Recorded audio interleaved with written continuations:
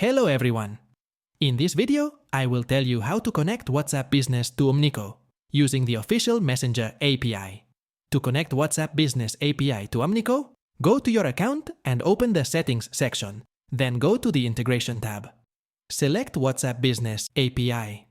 Next, go to the Connections tab and click the Connect button. You will be transferred to the 360 dialog service. You should be already registered with this service, so we will not go through the registration procedure in this video. To proceed, you need to log in by entering your login and password or log in with Facebook. Please wait for 5 seconds. This completes the basic installation of WhatsApp Business API. Let's check if your new communication channel works properly. Please close this window and switch either to the new chat section or to the My Chat section. Next, click on the New Message button to start a new chat.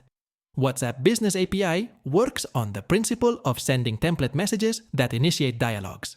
Therefore, first of all, select a template so that you can send a message. Enter your second phone number or your friend's phone number to test the communication channel. Everything is sent, everything is fine. The message is sent and received. Now the message has been accepted by the system. Your message has been successfully sent. Accordingly, the recipient has received your template message.